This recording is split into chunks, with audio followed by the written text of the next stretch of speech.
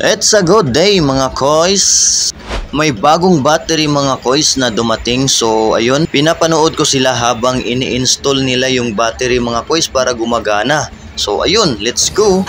Yan pala ang puging chip engineer natin mga koys. At ito yung segundo makinista natin naman, napaka hardworking out. Charot. O ito na mga koys oh. Ini-install na nila yung battery natin mga koys. Yun, nilagyan nila ng battery solution. At dahan-dahan nating alamin ang katotohanan mga koys. Ano daw? Katotohanan? Anong katotohanan ang pinagsasabi mo? So ayun mga koys, ang katotohanan pala, alamin natin kung paano to papaganahin ang battery. Unti-unti na pala nilang nilalapag yung mga ingredients ng battery mga koys. Parang pagkain lang, may mga ingredients social.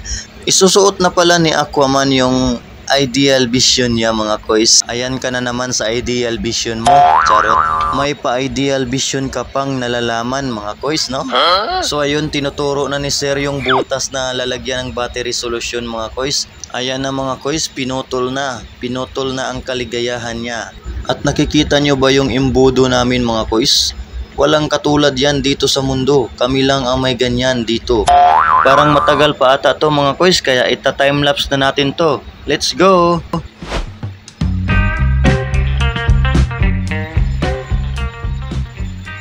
Chip engineer lang pala mga koys ang malakas. Wala nang lalakas sa ginagamit nating pambukas na galing pa sa Shopee. Ano na pre? Matalas ba? Tinitigan ko. Nilapitan ko. Sabi pa ng oiler namin, pambihirang talim to. Buti pa si Segundo, nakabukas na ng pangatlo. Ito pala yung mahiwagang takip ng battery mga koys.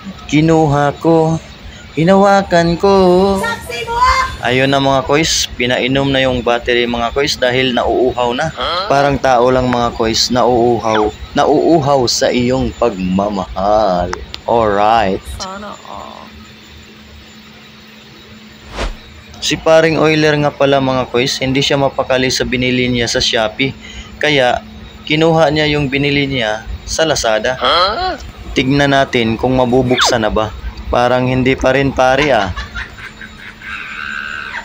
Medyo mahaba na yung video natin mga koys, kaya hindi ko na pinaabot na matatapos pa tong ginagawa nila mga koys. Pag tinapos ko to, siguradong mabuburing na kayo. Kaya mabuti na yung mga short video. Pagkatapos ng maglagay ng lahat ng ito mga koys ng battery solution, papahingahin lang to ng 1 o 2 oras ang battery para gagana na ito at pwede nang gamitin.